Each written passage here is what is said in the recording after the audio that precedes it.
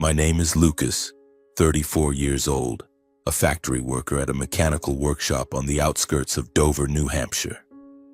Dover is small, quiet, with snow-covered streets every winter and red brick houses nestled under the canopy of trees. I work in an old mechanical workshop where the roar of lathes fills the air all day. My job is to operate machines, inspect components, and repair screeching machinery that has been running since before I was born. My hands are always smeared with grease, my fingernails perpetually black no matter how hard I scrub. The smell of metal and machine oil clings to me, like an inseparable part of my flesh and blood. I live in a tiny rented apartment on the third floor of an old building at the end of Elm Street, far from Dover's center. The apartment is nothing special, a living room that doubles as a kitchen with a chipped wooden table, a sleeping corner with a creaky bed, and a small window overlooking a road full of passing trucks. The walls are stained. The ceiling sometimes leaks when the snow melts, but I don't complain. This is where I return after a 10-hour shift, where I eat a plate of pasta or a meat sandwich and listen to the radio playing Christmas songs. Snow is falling lightly outside, blanketing the town in white. Winter in New Hampshire is bone-chilling, the cold seeping through my worn-out jacket, sinking into the calloused crevices of my hands. Christmas is coming and Dover is aglow with lights and a large Christmas tree in the town square, but I don't feel the festive spirit. I live simply, frugally, with no grand dreams. The work is grueling, but it pays for rent, food, and a little extra to send to my parents when they need it. I am quiet, used to living alone, used to hiding the tears in my heart. But tonight, sitting by the window watching the snow fall, my heart is restless. This Christmas, the family will gather at my parents' house, as always. I look forward to it, but I'm also afraid of that feeling of being left behind, forgotten, like a faint shadow in my own family. I close my eyes, my breath fogging up the glass. Perhaps I've grown used to being invisible. My parents are simple working-class people. My father used to work at a lumber mill and my mother sewed at a small factory. They retired a few years ago, living in the old house on the outskirts where I grew up. That house is nothing fancy, peeling paint, moss-covered roof tiles, but to my parents, it's their entire world. They scraped by, raising me and my younger brother, always trying to give us a decent life, even if it meant simple meals of potatoes and soup. My father, a man of few words, always lights up when he talks about the old days, when he was young, strong, and drove the whole family in his beat-up 1998 pickup truck. My mother is gentle, but her hands are rough from years hunched over a sewing machine. They aren't rich, but the love they have for me and my brother, I've never doubted it. It's just that, with me, that love always feels like it comes with an invisible distance. My younger brother, Michael, is 3 years my junior. He's the complete opposite of me. If I'm quiet and introspective, Michael is like sunshine, radiant, drawing every eye. He's smart, quick-witted, and has been pampered by our parents since childhood. I remember when we were kids and money was tight. Our parents still managed to buy Michael new shoes for school while I wore my torn ones through another winter. I didn't resent it. I'm the older brother, giving way to my younger sibling is normal. But those moments of giving way over time built a wall between me and my family. Michael was sent to college by our parents while I dropped out in my final year of high school to work as a laborer to help support the family. He graduated full of ambition, dreaming of big projects, but every venture he started failed. One time it was a coffee shop, another time a tech company of some sort. Each time he failed, our parents emptied their savings, even borrowed money to help him get back on his feet. I watched, my heart heavy. It's not that I was jealous, I just wished just once that my parents would look at me with the same trusting eyes. A year ago, my family's life changed forever. My father had a habit of buying lottery tickets every week, a small pastime he'd kept up since I was a child. Every Friday afternoon on his way home from the lumber mill, he'd stop by the convenience store at the corner of Main Street in Dover and buy a New Hampshire Powerball ticket for $2. He'd joke in his low, gravelly voice, "Who knows, Lucas, maybe one day we'll strike it rich." I'd just smile, thinking it was a harmless little game. Who could have imagined that, after more than 20 years, the unthinkable would happen? That night, I was in my apartment, having just finished a plate of pasta when the phone rang. My father's voice on the other end was trembling, a mix of laughter and choked emotion. "Lucas, I won the lottery, $2 million. I froze, my hand gripping the phone tightly. $2 million, a number I'd never dared to dream of. I was happy, genuinely happy, but a small spark of hope flickered in my heart.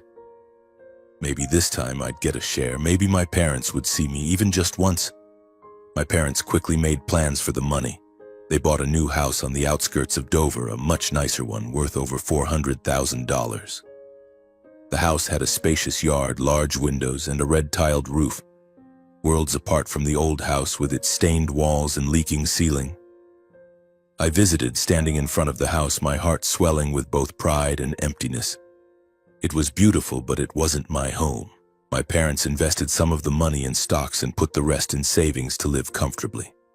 And as always, they focused most of their attention on Michael, my younger brother. Michael, with his grand dreams and string of failures, was given yet another chance. They gave him hundreds of thousands of dollars to start an electronics import company.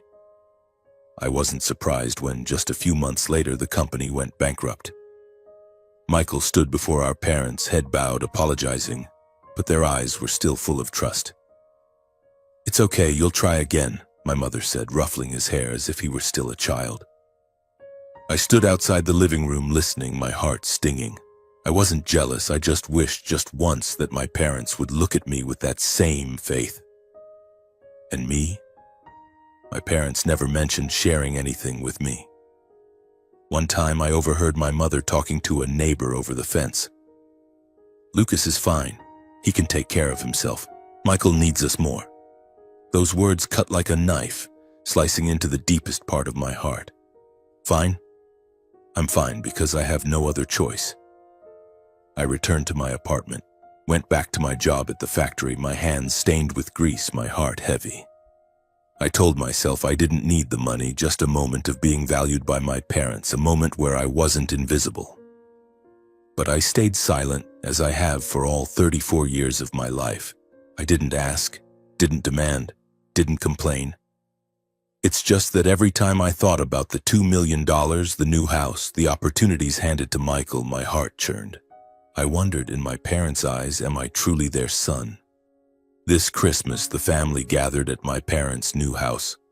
The festive atmosphere was everywhere, a Christmas tree twinkling with lights, the faint scent of gingerbread cookies in the air, and the sound of jingle bells playing from an old speaker. I sat on the sofa, holding a cup of cold coffee, watching my parents and Michael laughing and chatting animatedly. Outside, snow fell heavily, blanketing the garden in white. I tried to smile, but my heart felt weighed down, as if tethered to a stone. After dinner, my parents called us into the living room, saying they had a special Christmas gift. My father stood up, his eyes gleaming, and handed Michael a thick envelope. "This is a grown-up gift for you," he said, his voice brimming with pride. Michael opened it, his eyes lighting up. The deed to a new house, worth hundreds of thousands of dollars, located right in the heart of Dover. "We want you to have a solid foundation," my mother said, embracing him. Michael beamed, thanking them profusely.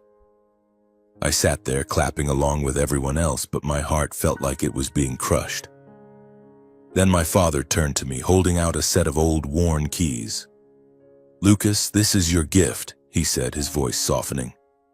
"My 1998 pickup truck, the one that carried our whole family everywhere. To me, it's worth more than that house." The room fell silent, all eyes on me. I took the keys, cold in my hand, and looked out the window at the old truck parked in the yard, its paint peeling, tires worn, windshield cracked in a long line. I smiled, nodded, but inside a wave of emotion crashed over me. Worth more than the house? My father's words cut like a knife, digging into an old wound. For years I've stepped aside, stayed silent, accepted being invisible. When the family was struggling, I dropped out of school and worked so Michael could go to college. When my parents won the lottery, I received nothing while Michael was given luxuries, money, and business opportunities. And now, this Christmas, Michael gets a house and I get an old truck practically ready for the scrapyard. I looked at my father, his eyes full of expectation, as if he wanted me to be grateful. But all I saw was favoritism, stretching across the 34 years of my life. That night, I returned to my apartment and sat by the window watching the snow fall. The truck keys lay on the table, a silent reminder. I thought back to the years gone by, the times I quietly gave way, the times I heard my mother say, "Lucas is fine," the times I watched Michael being coddled by our parents. I don't want money. I don't want a house. I just want for once to be seen by my parents the way they see Michael, but perhaps that's too much to ask. I sat in quiet reflection by the window, my breath fogging up the glass. Outside, Dover was blanketed in snow, shimmering with Christmas lights. But in my heart, there was only a cold, empty void, one that no amount of warmth could fill. I remember the days when I was a child, when our family lived in the old, rundown house on the outskirts of Dover. The house was cramped, its walls stained, and in winter it was so cold that our breath formed mist in the bedroom. My parents worked tirelessly, my father at the lumber mill, my mother at the sewing factory. Money was always tight and meals were often just boiled potatoes and watery soup. But despite the hardships, my parents always gave the best to Michael. Once when I was 12, my shoes were torn, water seeping into my feet every time I walked to school through the snowy streets. I asked my mother for a new pair, but she shook her head. "Make do, Lucas. We're short on money." The next week, she brought home a shiny pair of sneakers for Michael, saying he needed good shoes to play basketball at school.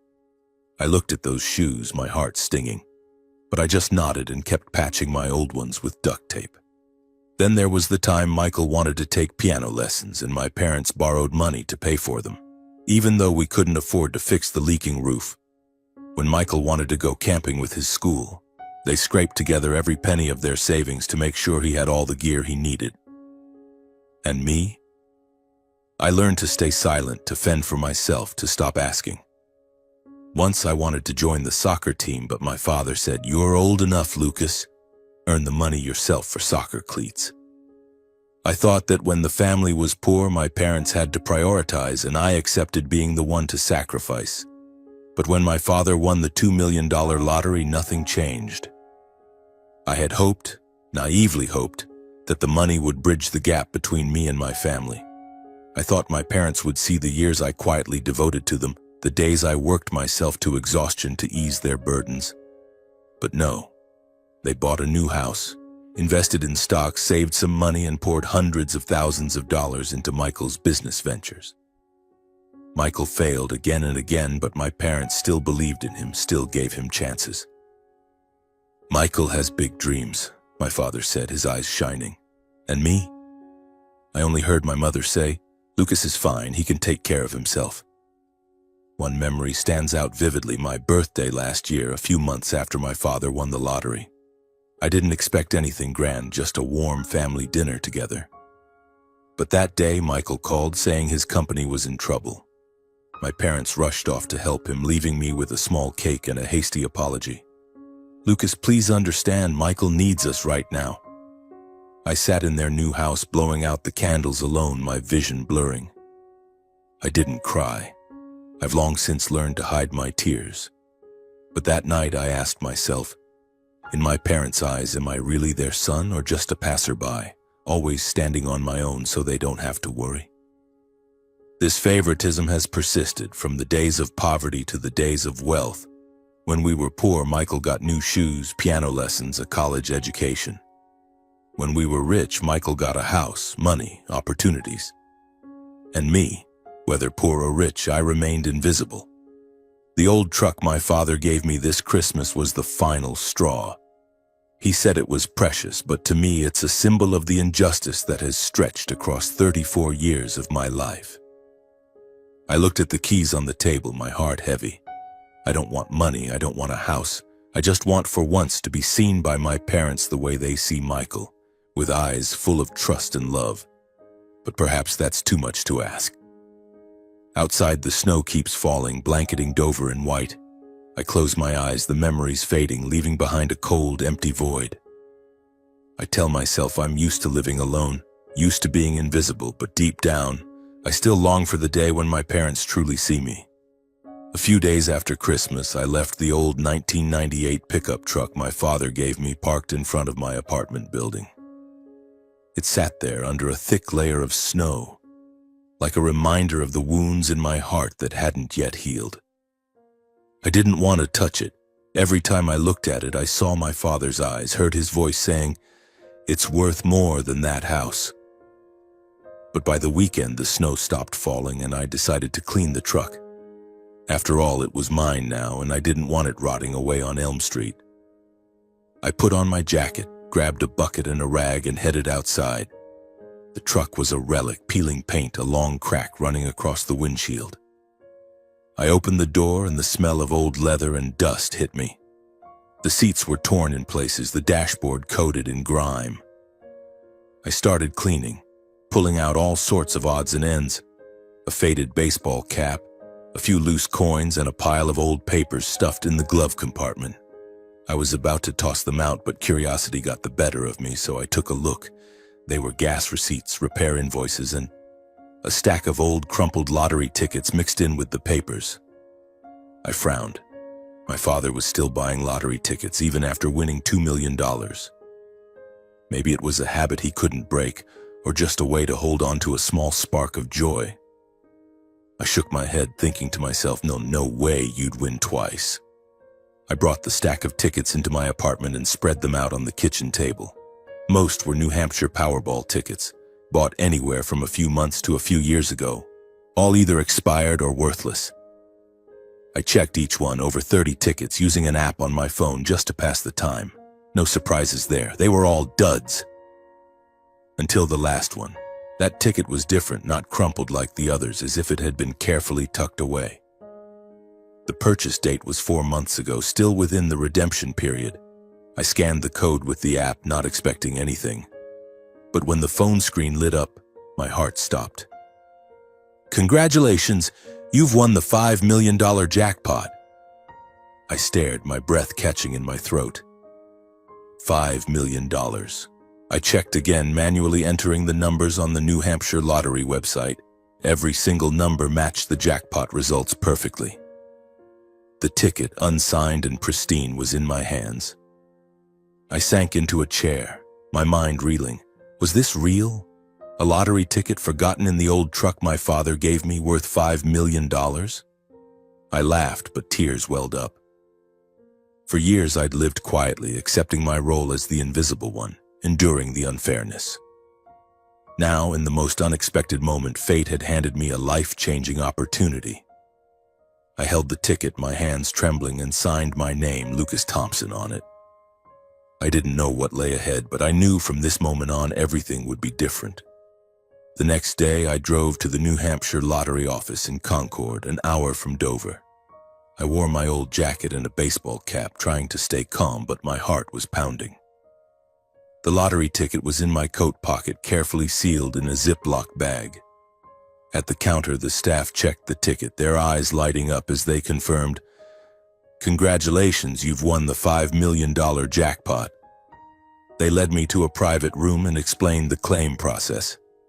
I chose to take the lump sum, which after taxes came to about $3 million, a sum large enough to change my entire life. But what I didn't expect was the media attention. The New Hampshire lottery wanted to publicize my story, a factory worker who received an old truck as a Christmas gift and stumbled upon a jackpot-winning ticket. I agreed, not because I craved fame, but because I wanted the world to know I wasn't invisible. A week later, I appeared on local television, standing in front of the cameras, recounting the story.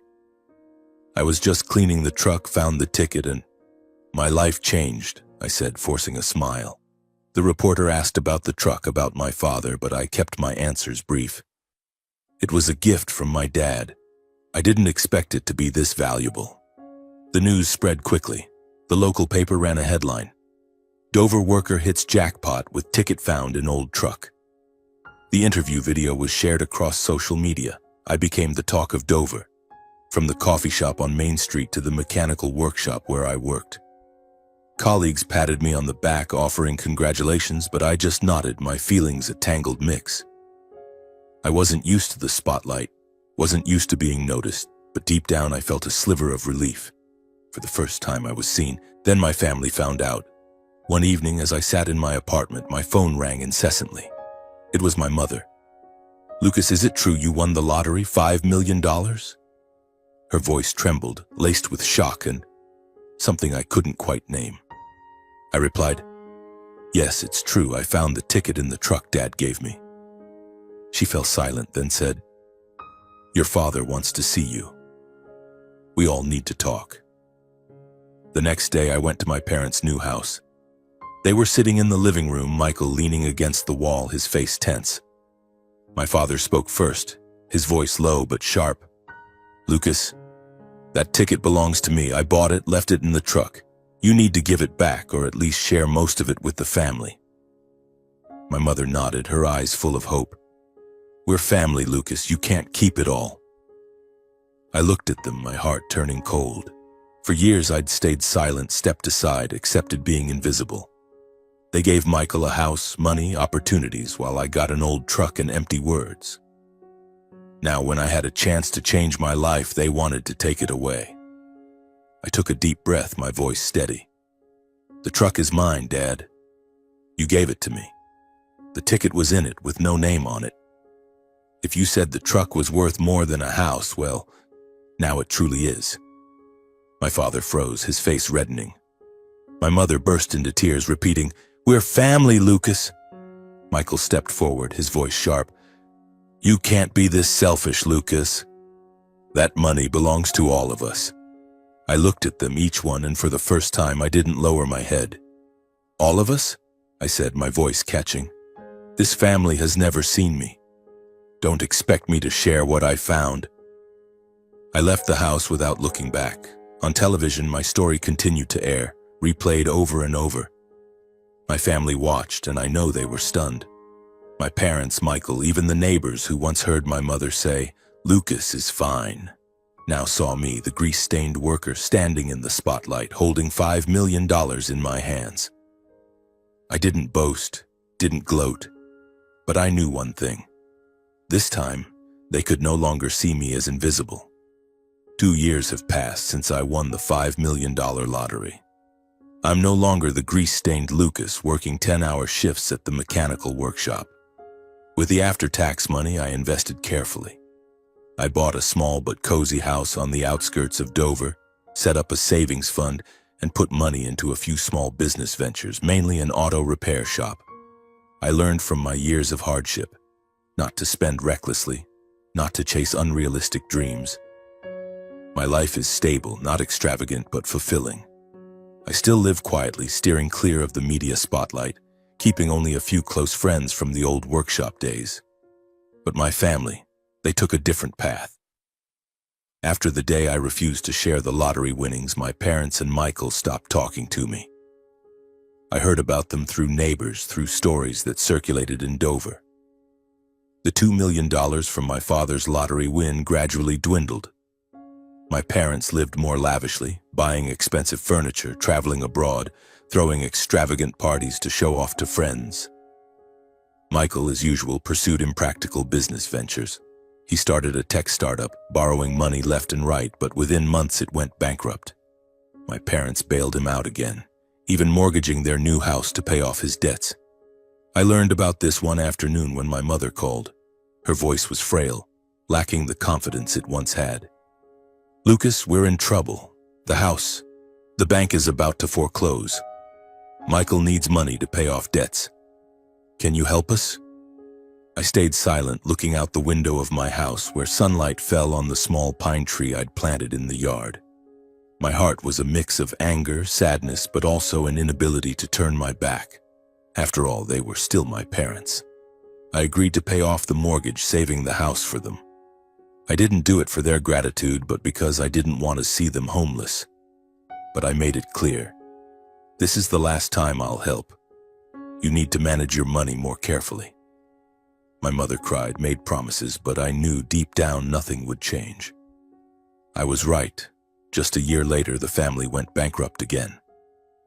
My parents continued their lavish spending, buying a new car, designer clothes, throwing parties. Michael, learning nothing from his failures, borrowed more money to start another project, this time a tech app. It failed, dragging them into massive debt. The new house, which I had paid to save, was mortgaged again. This time the bank foreclosed. My parents moved back to the old house with its stained walls and leaking roof, the place where I grew up. Michael, out of money, took a part-time job at a convenience store. They came to see me one more time, on a snowy evening. My father, mother, and Michael stood at my doorstep looking more worn than ever. My father spoke first, his voice hoarse. "Lucas, we were wrong. Can you help us one more time?" My mother bowed her head, tears streaming down her face. Michael said nothing, just stared at the ground. I stood there looking at them, the people who once saw me as invisible, who demanded I share the money I found. My heart was heavy, but I shook my head. "I helped once," I said, my voice calm. "You chose your way of life, chose to prioritize Michael, chose to spend without thinking of tomorrow. I can't keep fixing your mistakes." My mother sobbed. My father held her hand and Michael turned away. They left my house, their figures fading into the white snow. I closed the door, sat on the sofa, my heart empty. I didn't gloat, didn't feel joy, only a deep sadness. They were my family, but I couldn't keep being the one to sacrifice. Time passed and my life grew brighter. I married Sarah, an elementary school teacher in Dover who always makes me laugh with stories about her students. We have 3 children, 2 boys and a girl, well-behaved, healthy, and always filling our small house with energy. Every evening I sit with Sarah, watching the kids play, my heart full of a peace I'd never known before. I'm not rich like a billionaire, but I have a family, a home, and that's all I need. I still live quietly, not boasting about the lottery money or my changed life. Sometimes I drive by the old workshop, remembering the days of grease-stained hands, the long night shifts. I have no regrets. Those days taught me how to stand strong, how to cherish what I have.